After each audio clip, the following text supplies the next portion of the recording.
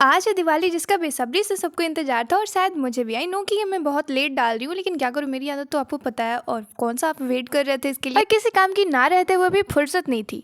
तो सबसे पहले भगवान जी लोगों को साफ सुथरा करके फिर उनके सारी चीज़ों को तैयार करना मेरा काम था। वो करने के बाद ही भाई नाश्ता पानी तो हमेशा ही चल रहा है, क्योंकि हमारे बिहार में इलेक्शन और इलेक्शन के टाइम तो लोगों का विजिट करना। फिर उधर से आते ही मम्मी ने मुझे काम पे लगा दिया, क्योंकि आज मेरे नए चूल्हे का उद्घाटन, बोले तो पूजा, क्योंकि आज सारा खाना नए चूल्हे पे बनेगा आज के बाद से। इतने में अमन का फोन आया कि उसे चाहिए 250 दिए मंदिर के लिए, और उसको गिनकर मैं तैयार कर ही रही थी कि वो आ गया। उसको हैंड ओवर करने के बाद नहा धोवा के मैं निकल गई मार्केट के लिए, क्योंकि मुझे लेनी थी बहुत सारी चीजें जो कि दिख नहीं रही है। घर आने के बाद मुझे दिखाई दिया कि भाई साहब पंडित जी बोल रहे थे दिवाली के दिन बहुत सारी चीटियों का आना मतलब कि लक्ष्मी जी का संकेत है। तो भाई आंटी जी के तो भाग खुल गए। उसके बाद मैं गई मंदिर के लिए और वहां से दिए जलाने के बाद मैं आ गई घर पे। तब तक पूजा का टाइमिंग हो चुका था, तो मम्मी और पिताजी पूजा पे बैठ चुके थे। मेरा इसमें वैसे कोई काम नहीं है, लेकिन मैं बैठ सकती हूँ। और ये अपने भाई श्री को खोज रहे हैं। इतने में जिम्मी जी आ गए, जिसका खाना मैंने बाहर कर दिया, क्योंकि घर पे अभी पूजा हो रहा है। फाइनली पूजा समाप्त हुई, सबने बारी बारी से आशीर्वाद लिया और सारे भोग आपको प्रसाद के रूप में सुबह में मिलेंगे। और यहाँ पे हो रही थी हमारी कैमरे की क्वालिटी चेक। अब बारी आती है मोमबत्ती लगाने की, क्योंकि दिए बुझ चुके हैं। तो जहाँ जहाँ पे दिए बुझ चुके थे वहां पे मैंने मोमबत्तियां लगा दी, लेकिन फिर भी मेरे पास काफी बचा है, तो क्या उसको सरदाऊं?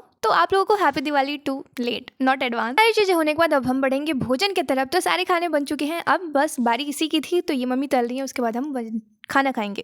तो मिलते हैं आपसे नेक्स्ट व्लॉग में, तब तक के लिए bye bye and thanks for watching. To like share and subscribe कर देना।